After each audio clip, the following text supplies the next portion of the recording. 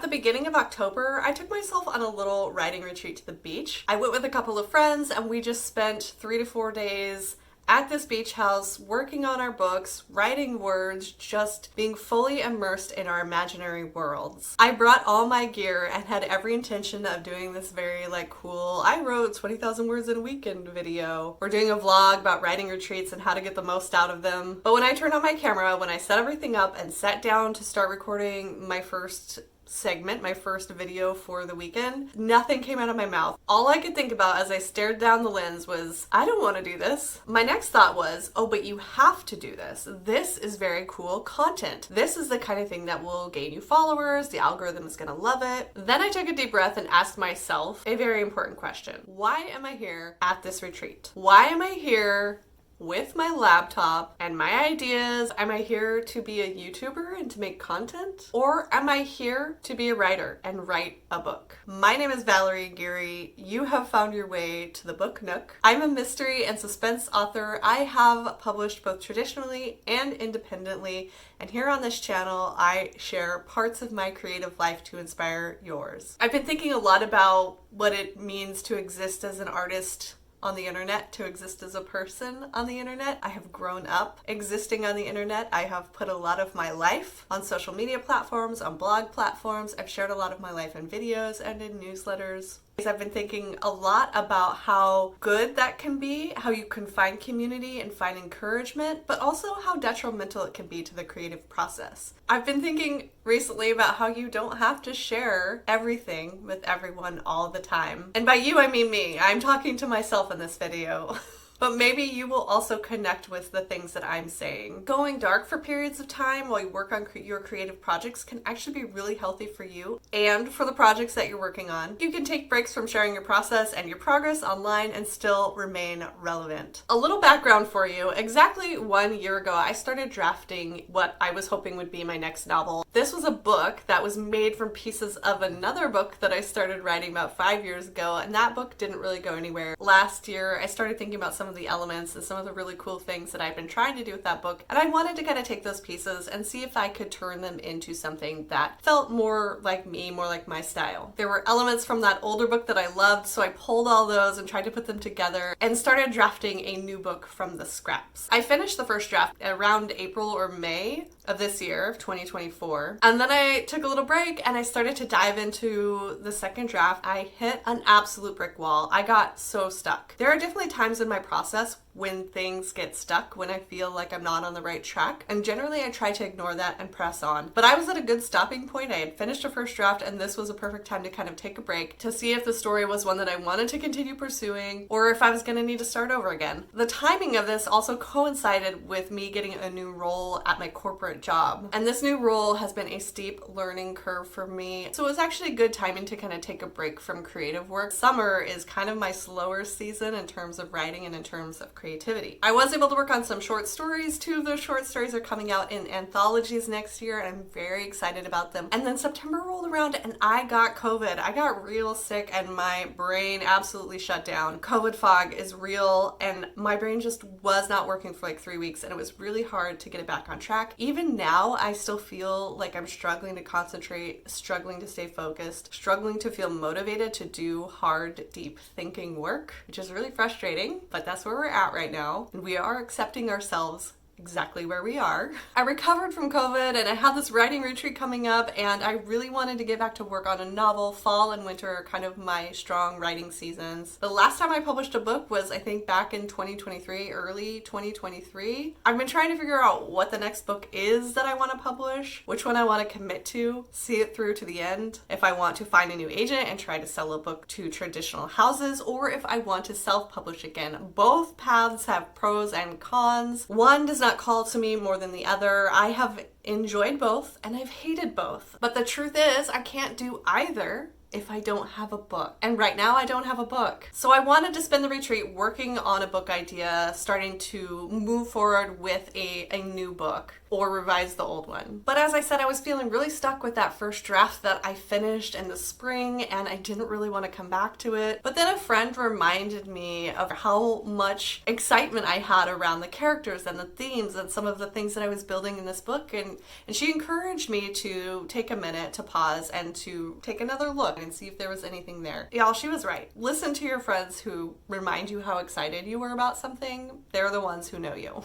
After taking a look at the first draft, I was able to kind of remember the nuggets, the things that I really loved about the book, and I took those things and kind of put them into one pile and then looked at the rest of it and was like, okay, all the rest of this is gonna go in the trash. We're gonna take this handful of things that I do still love, that do still excite me, that are still working, and we are gonna try and arrange them into a book that will work for me, a book that I will be willing to commit to and finish in an endeavor to try and publish something again before I die. Who knows if that will happen? I honestly, at this point in my life, do not know if I will ever publish another book, but here we are. We're documenting the process. Maybe you will see it happen on this YouTube channel. Stay tuned. To be continued for years and months, and it's a never-ending process. Over the summer, I also read a writing craft book called Story Genius by Lisa Crone. This book focuses a lot on understanding your story through your main character's motivations, which means there's a lot of pre-writing work, a lot of prep work, a lot of really digging into the heart and soul of your characters. While I didn't agree with everything that the Story Genius was saying, there was a lot that I did agree with, and I wanted to try out some of the process that she described. It was a really great time during the retreat to do that because I was basically starting over with a new book, trying to figure out what the motivations of these characters are and how they're going to drive the new story forward. I figured, since I was here, kind of at a crossroads anyway, I had nothing to lose. Going into this writing retreat, my goal was just to revisit this book idea, what I wanted to keep, what I wanted to let go of, how I wanted to move forward with the characters and with the plot, trying to figure out where these pieces were going to fit in the next stage of this book's evolution. I still don't really have an outline or an idea of where this book is going to end, but on the retreat, I just wanted space and time to write